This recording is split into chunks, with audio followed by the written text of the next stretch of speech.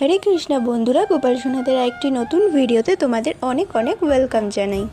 আজ ছিল গুরু পূর্ণিমা, তাই এবছর পূর্ণিমাতে কিভাবে গোপাল সেবা দিলাম সেটাই তোমাদের সামনে তুলে ধরছি।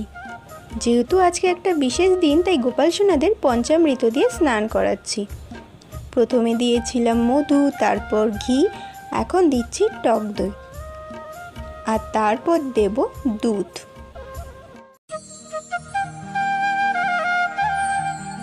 সব শেষে আমি শর্করা হিসেবে মিছরি দিয়েছি।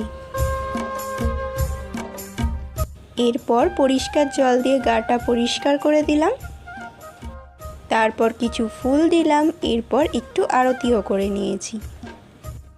তারপর পাত্রটার থেকে তুলে গোপাল সোনাদের গাটা ভালো করে পরিষ্কার করে দিয়ে এখন সুতির একটা জামা পরিয়ে দিচ্ছি। সাজানোর ভিডিওটা আর এই ভিডিওতে দিলাম না, সেটা আলাদা করে দেব। আর অবশ্যই বলো গোপাল সোনাদের কেমন লাগছে।